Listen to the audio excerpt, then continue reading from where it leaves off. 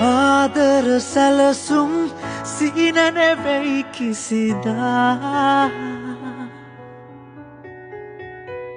මැරෙන්නේ දෙවුලිය පපුවේ හුස්ම තියා සැලසුම් කරපු ජීවිත කතා ඇතුලේ සැලසුම් නොකරපු ආදර කතා කොච්චර තියෙන්නේ නැද්ද?